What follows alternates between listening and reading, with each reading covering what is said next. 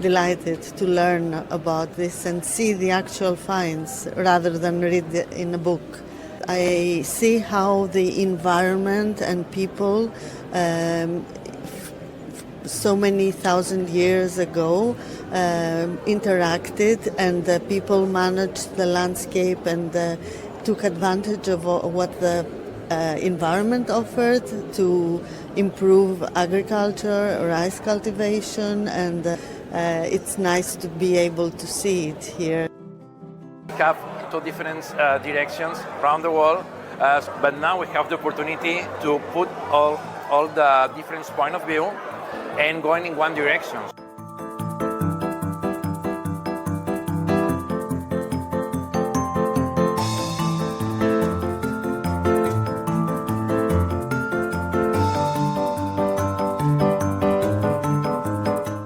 The human connection is very important, and literature is like the perfect language to connect to others. So for that reason, I think that this forum is very important, that include literature and culture, apart from archaeology and history, music.